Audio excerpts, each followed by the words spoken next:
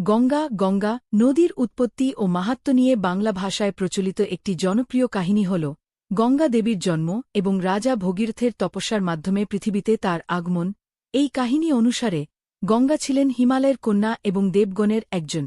রাজা সগরের ৬০,০০০ পুত্রকে উদ্ধার করার জন্য তার বংশধর রাজা ভগীরথ কঠোর তপস্যা করে গঙ্গাকে পৃথিবীতে নিয়ে আসেন। এই কারণে গঙ্গা ভাগীরথী নামেও পরিচিত। গঙ্গার মাহাত্ম্য। হিন্দু ধর্মানুসারে গঙ্গা নদীকে দেবী হিসেবে পূজা করা হয় এবং এটি একটি পবিত্র নদী। বিশ্বাস করা হয় যে গঙ্গায় স্নান করলে মানুষের পাপ মোচন হয়। গঙ্গা নদীকে মা গঙ্গা বা গঙ্গা মাতা বলা হয়, যা জীবনদায়ী ও পরিশুদ্ধকারিণী শক্তি হিসেবে বিবেচিত। বিভিন্ন ধর্মীয় ও সাংস্কৃতিক অনুষ্ঠানে গঙ্গার বিশেষ মাহাত্ম্য রয়েছে। গঙ্গার জন্ম এবং পৃথিবীতে আগমন সম্পর্কিত কয়েকটি প্রধান বিষয়।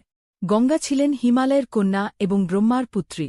হিন্দু পুরাণ অনুসারে রাজা সগরের ৬০,০০০ পুত্রকে, যাদেরকে কপিল মুনির অভিশাপের কারণে পাতালে যেতে হয়েছিল, উদ্ধার করার জন্য রাজা ভগীরথ কঠোর তপস্যা করেন। ভগীরথের তপস্যায় সন্তুষ্ট হয়ে ব্রহ্মা গঙ্গাকে পৃথিবীতে আসতে আদেশ দেন।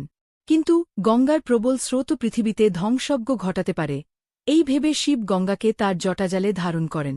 পরে শিব তার জটা থেকে গঙ্গাকে মুক্ত করে দেন এবং গঙ্গা পৃথিবীর বুকে প্রবাহিত হন। এইভাবে গঙ্গা ভাগীরথী নামে পরিচিত হন, যা ভগীরথের তপস্যার ফলস্বরূপ পৃথিবীতে এসেছিলেন। গঙ্গা নদী বিভিন্ন উপনদী ও শাখার সাথে মিলিত হয়ে অবশেষে বঙ্গোপসাগরে পতিত হয়েছে।